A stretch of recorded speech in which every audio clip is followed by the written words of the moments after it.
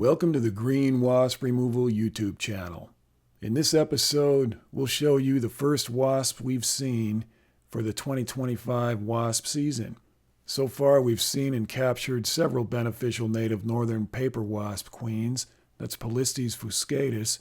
We'll show you exactly how we captured all these queens and foundresses. We had to rescue some of them from the barn windows, where they were found trapped inside after coming out of hibernation. This is something we do at the beginning of every season because so many wasps that are queens and foundresses will get stuck in the windows and they'll just dehydrate and die there if we don't rescue them. So we take them out and either we'll release them or we'll put them into captivity for various projects. In this case, we were rescuing them and then putting them into a temporary habitat in captivity so we could mark them with a paint pen so we could identify them later. We also found a Yellowjacket queen who had arrived and was attracted to one of our Vespula wall boxes, so we captured her and we marked her as well. So we'll show you exactly how we capture these wasps and what equipment we use. One of the gear items we use all the time is a sun shirt or a sailing shirt, which you see here. They protect your head, your body, your neck, your hands. If you do a lot of field work outside, this type of protection is almost mandatory these days to protect yourself from UV rays. And then we'll show you how we set up their habitats with a little bit of sugar water. Because the queen wasps who've been stuck in the barn in particular, they're often out of hibernation just recently and they're very dehydrated and very hungry. So we help them figure out where the food is. We give them some little sugar sticks and let them eat a little bit before we mark them. And then we're going to show you how we use a special marking cage, which is usually used by beekeepers to mark their queen bees. We use them for wasps in this case. And we'll show you how we trap them inside these special cages so that we can mark them on their thorax with non-toxic paint pens. Some queens we're able to just capture directly into the queen cage. Other queens, if they're very active, we have to knock them out with CO2, and we'll show you what gear we use for that and how that's done. Once you put them down for a few minutes, you can easily get them into the marking cage, and we'll show you that process completely. In this case, there's a Yellowjacket queen who was super active like they usually are. So we knocked her out a little bit, gave her a little nap, and we'll show you how we marked her. CO2 is just an extremely useful tool for this sort of thing. Once the queens are inside some sort of containment, sugar water is a great way to help them gain a little bit of energy right off the bat, in case any of them are so dehydrated or even close to death. If you find them late after they've been stuck in a window for a long time, they're just near death, sugar water brings them right back, typically. We'll also show you how we set these queens and foundresses up in captivity together inside a glass temporary habitat because they'll be utilized as live specimens and visual aids for an upcoming teaching event that Green Wasp Removal is hosting for a group of local Brownie Girl Scouts. The young Brownies will earn their special Bugs badge by learning all about the beneficial nature of wasps and bees. Once the event is over, we'll release the marked queens so they can go out and start their spring nests. For now, let's take you back to March 11th, 2025 through March 19th of 2025, and we'll take you through the whole process of capturing your wasps, setting up their habitats, and marking them for identification. As always, thanks for riding along with us. And if you enjoy the content on our channel, please do like, share, subscribe, and comment to let us know you're there. Enjoy the show. March 11th, 2025, and we have our first wasp of the season. Let's see who she is. She's a brand new queen out of hibernation.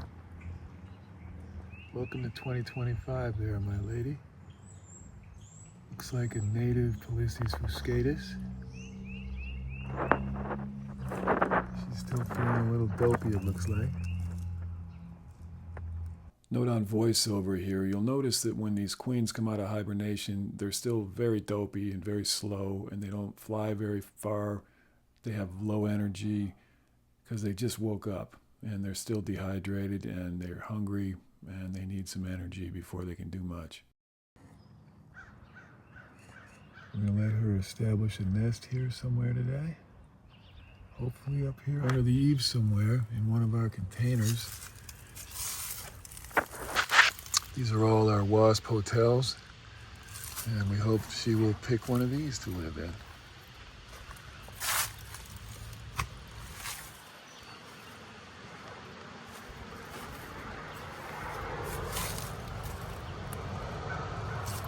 So you'll see that the first couple of wasps that we found in the second week of March of 2025, we did not capture them. We did not attempt to mark them. We just let them be and observed how many more might show up.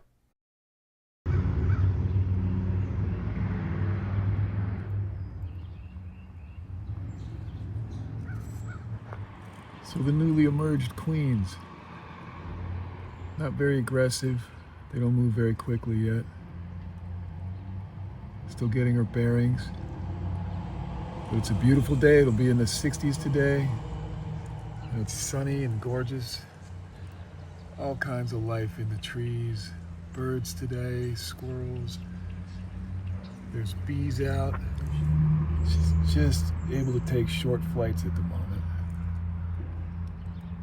But pretty soon, she'll take longer and longer flights.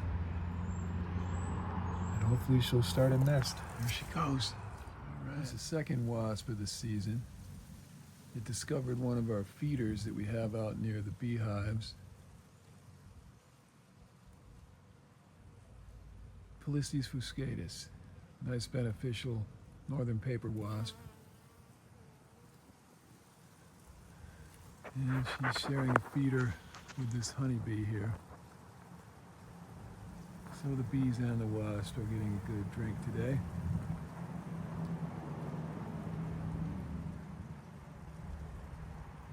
Filled with sugar water, 1-to-1 mix. So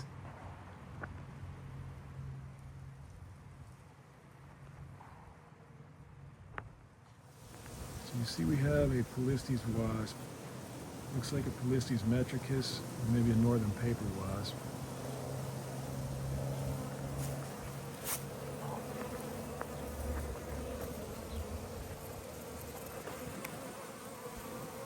She's taking full advantage of that feeder as well. That's great.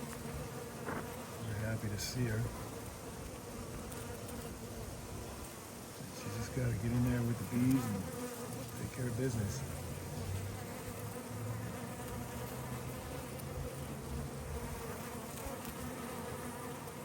This time of year in the barn, we typically have wasp queens, foundresses that have come out of hibernation, stuck in the windows because they can't figure out how to get out, but they see the light. And if we don't rescue them, they tend to die in here and dehydrate pretty quickly. So we're going to rescue this young lady here and help her out.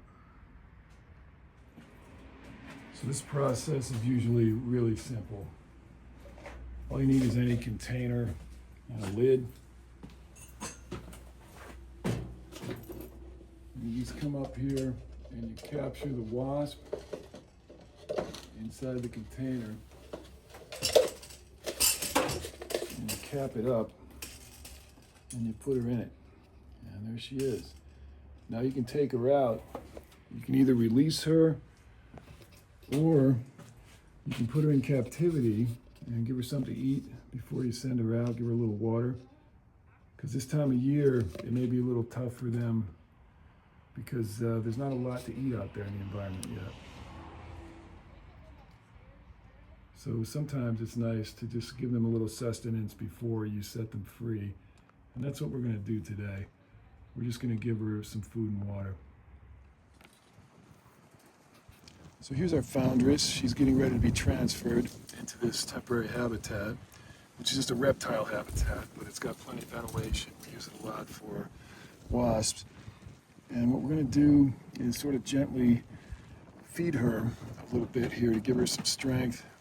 And we're going to mark her today so that if we see her again in the wild, we can identify her. So we're going to mark her the way they mark bees, and we'll see if we can spot her with the blue dot we're going to put on her later in the year. But first, she needs something to eat. So let's get that done. We're going to give her a little bit of this sugar water. It's half sugar, half water. Just shake it up until all the sugar dissolves, and then you'll have a nice sugar syrup that can be fed to bees or wasps. Just going to pour just a little bit into this tray. She doesn't need a lot. It's probably more than she needs. Let's pour a little bit out so she doesn't have issues with drowning in there.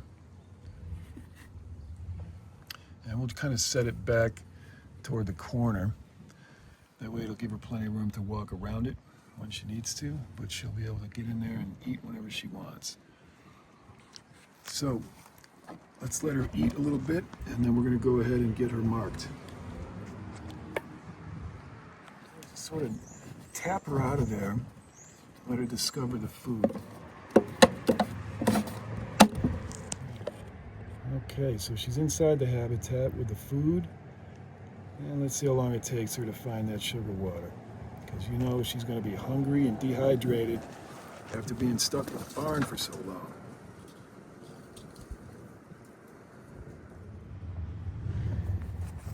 So she's exploring her new environment here.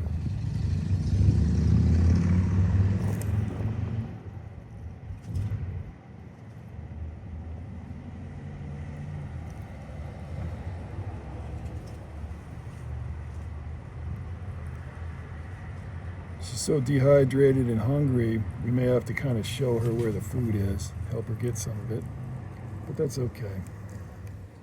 And then we'll mark her and release her. So we just put a little bit of the liquid, just a few drops, onto the glass. And that way she can understand that this is all for her. It's sugar water.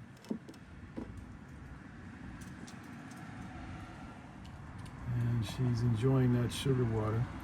And now what we need to do is just lower her down into the tray so she can kind of be distracted by the sugar water on the stick. And then we'll help her discover that down here is a lot more for her to drink.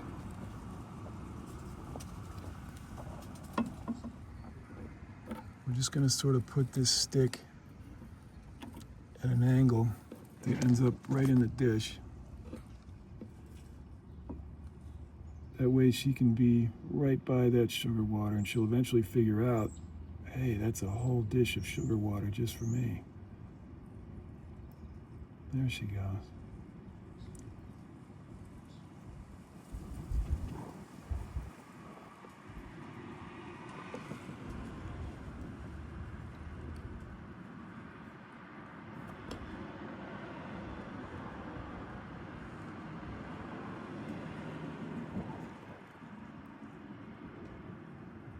First, she's got to groom herself pretty well, and then she'll get back to eating. Give herself some energy. And you'll see that once she gets some energy, some hydration from this sugar water, she'll feel much better. And she'll have a lot more energy. She'll start exploring the habitat, and she'll start getting more and more comfortable with the environment.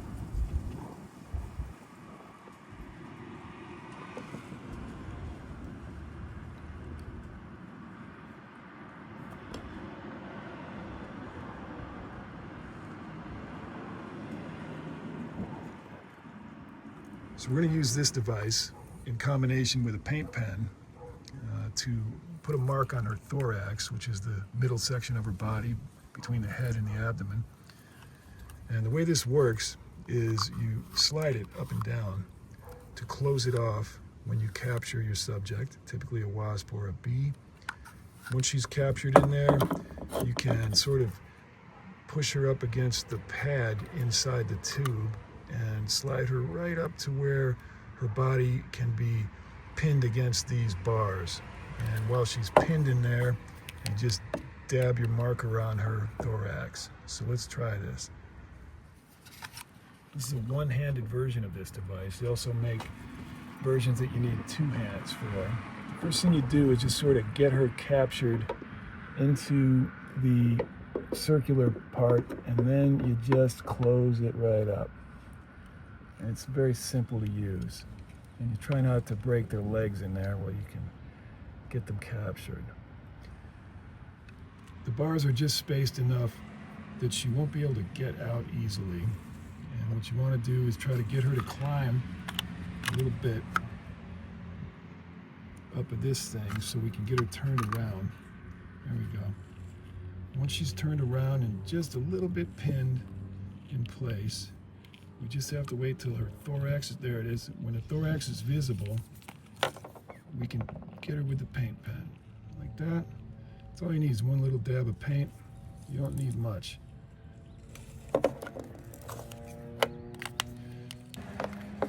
Once she's painted, you can open up the container, put her back in the habitat and let her climb out.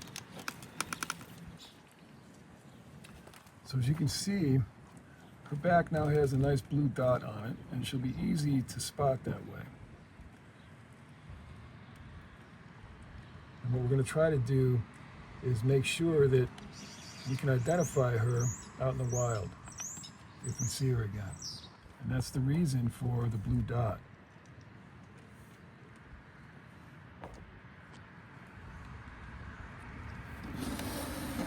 Now we want her to get some energy, so we want her to go back to where the food is in the meantime. Once she gets off of that device, we'll pull the device right out of there. For now, she seems happy perched on it while her paint dries, and that's okay. This is non-toxic paint. There's been no known negative reaction in these bees or wasps that are marked in this way. As far as we know, it's not terribly damaging to their health or anything like that.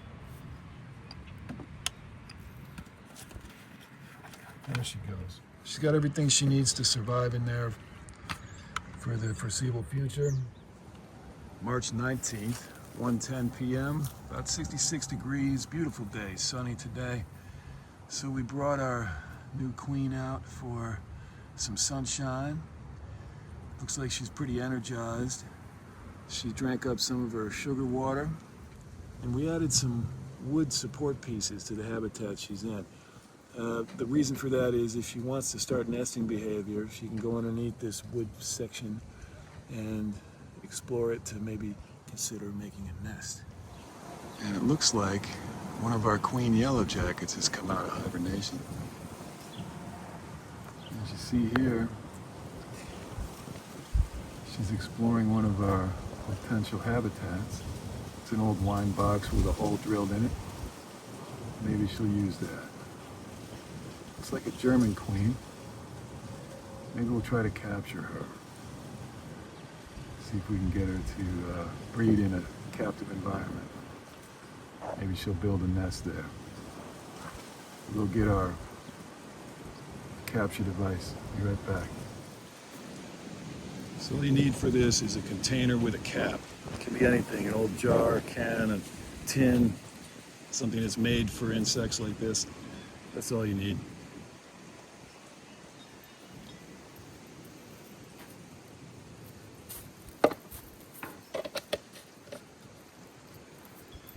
It's that simple. Here she is. Here's our queen.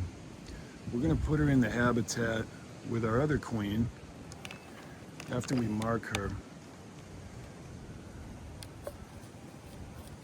She'll be very active. She won't want to be marked, so we're going to knock her out with a little CO2 first, mark her while she's out, and then put her in this habitat with the Paper Wasp queen. That way we can show both queens to the Brownie Girl Scouts we're going to do a presentation for in about a week. So this season we acquired a food grade CO2 tank with a 6-foot hose on it, and it's a simple on-off mechanism. There's no regulator. You just turn it on and turn it off, and it'll blow CO2 out.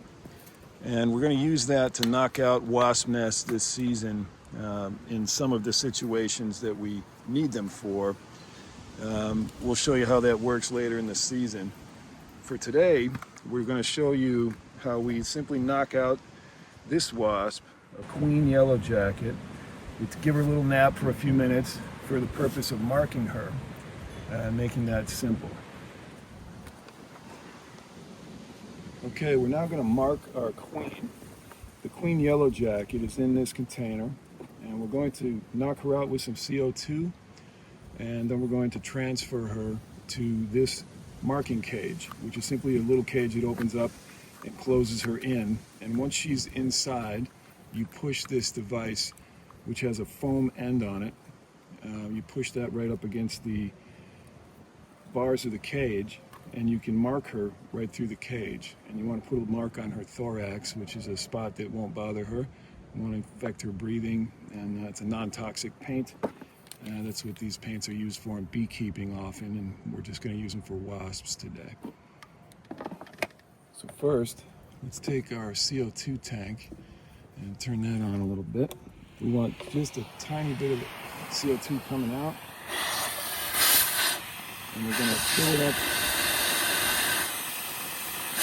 just enough so that it replaces the oxygen in the container.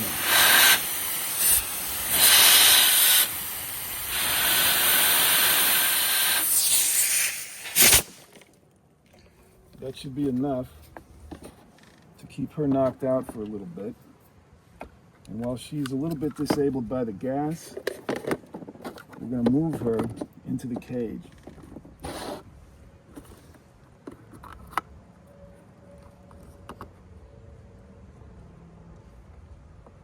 You have to be careful not to get her legs stuck in there or anything like that. But once your cage is there, then you turn her around. You have to kind of manipulate her a little bit so that she'll turn around. And you see how the bars are just spaced enough that she can't actually climb out. We want her to climb away from the bottom. Here she goes. Now if we can knock her over and pin her, that's what we're doing. Okay, you see this? Where she's been sort of immobilized gently with the foam. So now we take our paint pen, shake it up just to make sure the paint's coming out, as you see, and then just give her a slight dab right here on her thorax. Doesn't have to be huge, but it should be large enough to be easily visible when she's in the wild. And then you let her go, and you let the paint dry. You just leave her right there for a little bit. All right, so here's our queen. She's marked and looking good. We'll keep her in the habitat probably that we set up for our Polistes queen, because we'll be using both of these ladies for some speaking engagements with some Brownies, which are young Girl Scouts learning about wasps, this month. So we'll take these there to that event, and then we'll release these queens into the wild. And maybe we'll see them again if we happen to get a nest where this queen becomes productive. And now we'll be able to identify her as one of our queens that we captured and marked. And hopefully we'll see her again later in the season. So we've got a little sugar water here. We're going to go ahead and feed our queen just a little bit of this sugar water.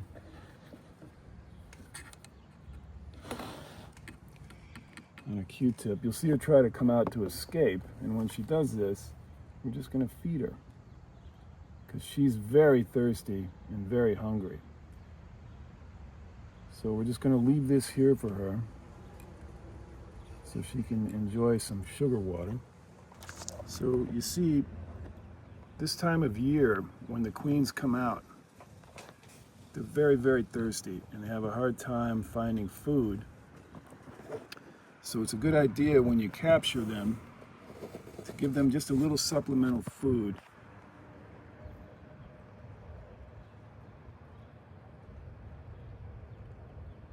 And she is very interested in that right now because she is super thirsty, super hungry. She just came out of hibernation. So she needs the extra little bit of nutrition. So we're just going to let her feed for a little while. And then we'll put her in the habitat with our other new friend here, the Polistes Fuscatus, which is a Northern Paper Wasp. She's another queen that we captured this week and marked. She's got a blue dot on her back like this Yellowjacket now does. So normally these queens will not attack each other. They'll just ignore each other or try to avoid each other. So we can put them in the same habitat for the purpose of taking them to show the Girl Scouts, the Brownies, we'll be speaking with on March 29th. And they'll be able to see the difference between a Yellowjacket queen and a paper wasp queen. And that's the purpose of taking these out of the ecosystem right now, is for education. And then when we're done with the speaking event, we're going to release both of these queens now marked into the local ecosystem. And we're going to monitor whether or not we find them again in any of the nests locally. So we'll just give her a minute to fuel up, and then we'll put her into the habitat.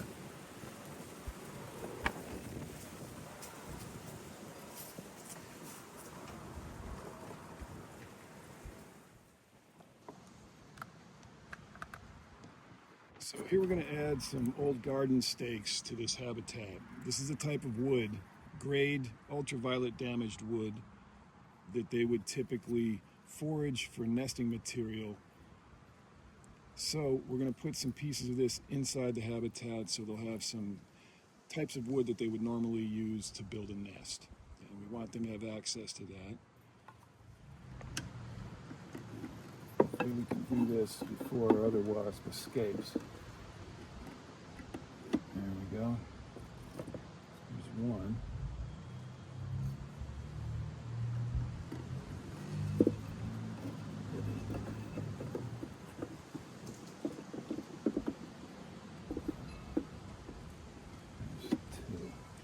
So that should give them a couple of these pieces to chew on to find nesting material.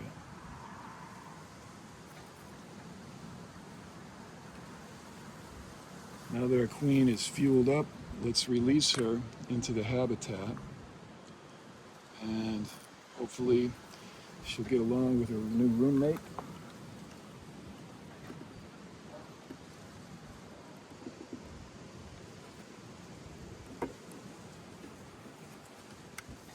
Let's release her down towards the food so she can maybe find that.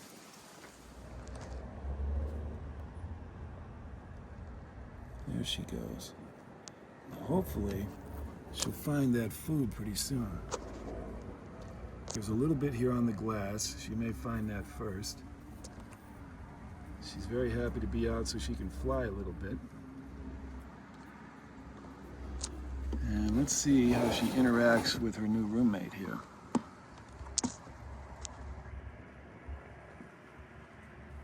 Hopefully they won't bother each other too much. Now, you ladies be polite so we can use you for speaking engagements. March 19th, 2025. Found another native Polistes wasp here, trapped in the barn. So we're going to go ahead and capture her, and we're going to relocate her into captivity after we mark her.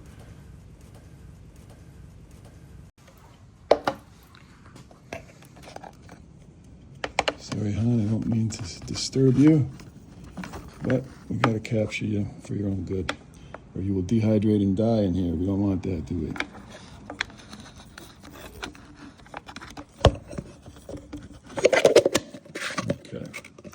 So there's one. She will be safe, and she'll find the Q-tip with sugar water on it in there in a minute. And in the meantime, in the other barn window, we have another native wasp who looks very dehydrated. This is a Polistes fuscatus as well. So she needs a rescue here for sure.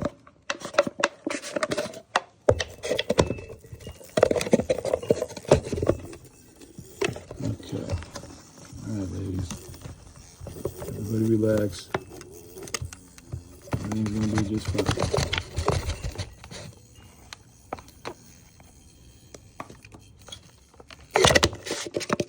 Okay. So once you get them captured, they're not happy, but look how fast she found that sugar water. She's like, oh, I was really upset, but now I'm just hungry. So she's in there eating. And we'll bring that Q-tip down to where the other one is so that they both can find it. And hopefully we'll get both of them feeding on it here in a minute. Because they naturally walk up. So anything you want them to find, tilt it upward. And they will ultimately walk right up to it.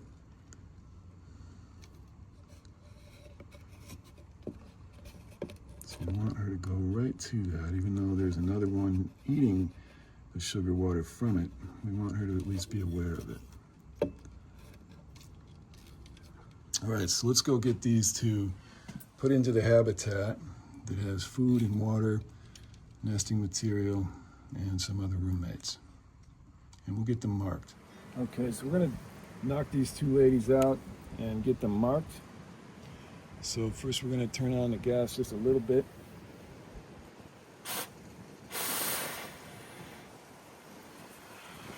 So the gas is hardly coming out of this, but it's enough that it will knock them out.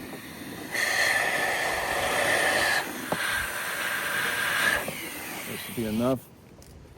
Now, let's get them marked. Well, they're both pretty much unconscious.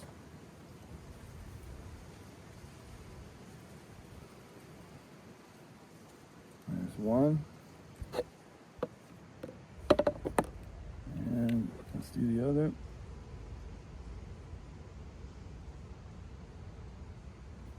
There's two.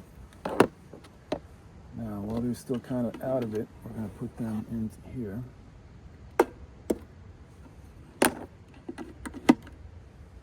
And by the way, you can see one of them has already found the sugar water, and she's eating while she wakes up.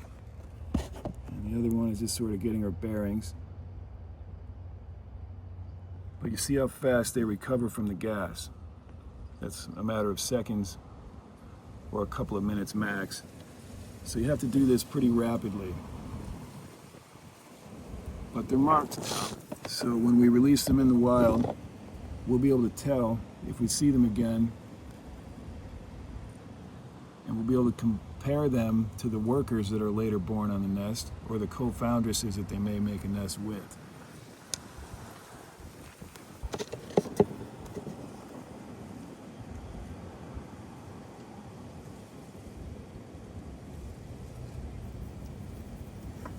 Yep, she's already out flying and doing very well. And this one is still waking up just a little bit, grooming herself.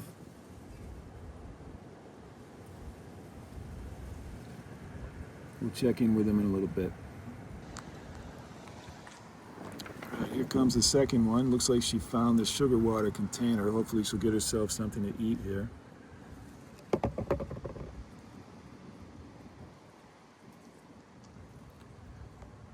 She's out exploring and orienting.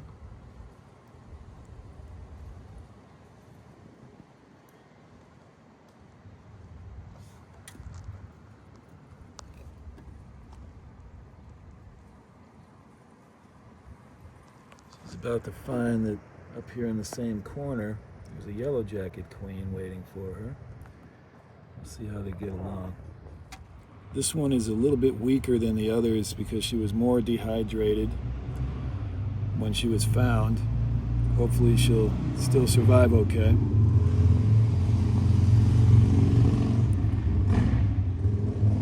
As you can tell, we are in a Harley neighborhood, so sorry about the noise.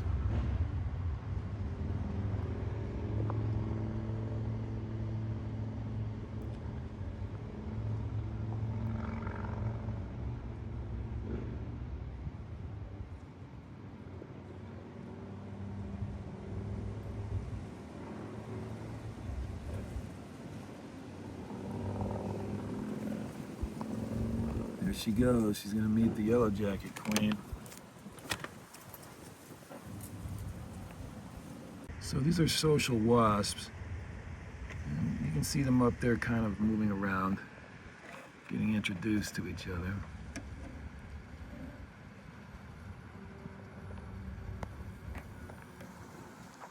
They'll eventually establish dominance and they'll decide who's going to be the boss.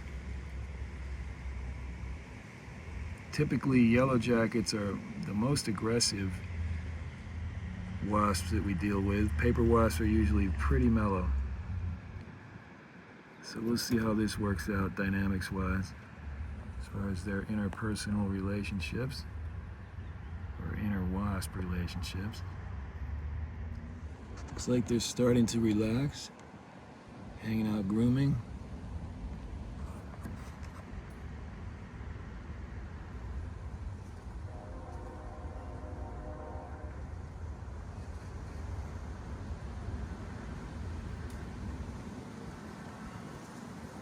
Wasps are very clean.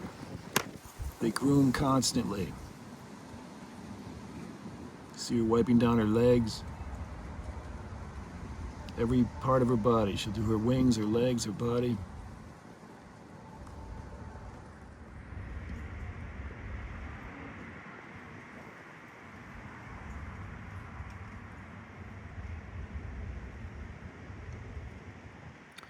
They also have glands on their abdomen. They'll try to put their own scent around the habitat. Helps them establish territory and dominance and so forth.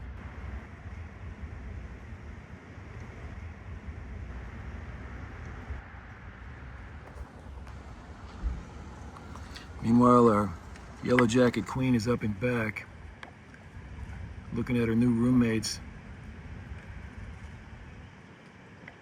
She's kind of established herself in the back corner over there. Probably wants to come out and get some sun, but she might be a little hesitant because of the other wasps here, but eventually she'll come out and fly around. So they're out for some exercise and some sun. And that's a good thing. Now they're not going to just be dehydrating and dying in the barn. We'll be able to use them for education and research when we set them free later on in the season. In a couple of weeks, while it's still nest building season, we'll let them out. Paper wasps in particular, under the right conditions, can live very easily in captivity. We've had them under research on our own habitats for up to a year at a time with no trouble at all. They have very long lives if they are well cared for. I think the longest one recorded in captivity in one research project done by, I think, a university was well over 500 days.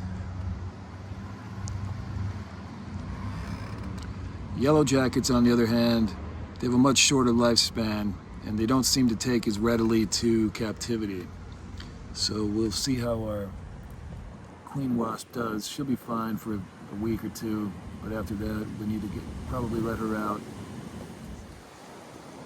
Clouds rolling in, rain in the forecast tonight. Clouds are getting a little dark. So I think we better wrap it up for today. So let's get our new friends inside the barn and we'll let them relax for a while.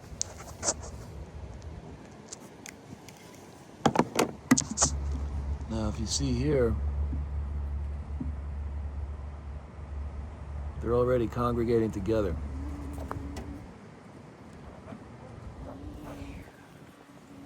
Now, our yellowjacket queen is out and about.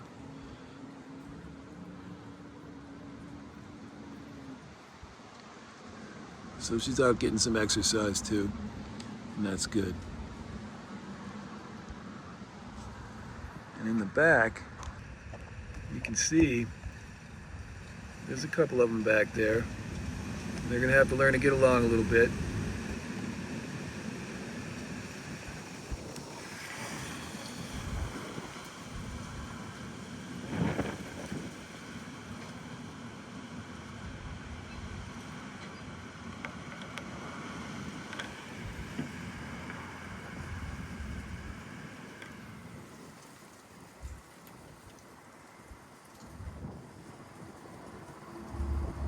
because none of them have actual colonies or brood yet, they may be a little more prone to getting along with other wasps, because there's nothing to protect per se right now beyond basic dominance. So hopefully they'll learn to get along, at least for the little bit of time that they'll be in these habitats.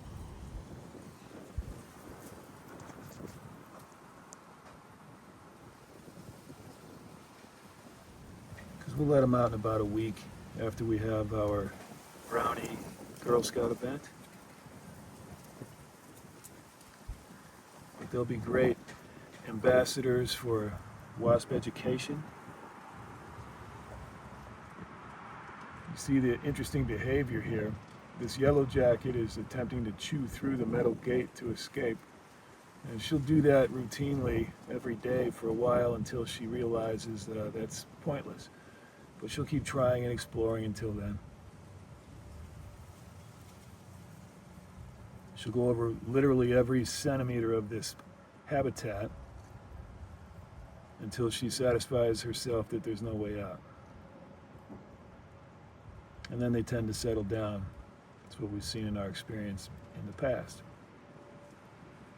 But this is instinctive behavior, so she needs to go through it.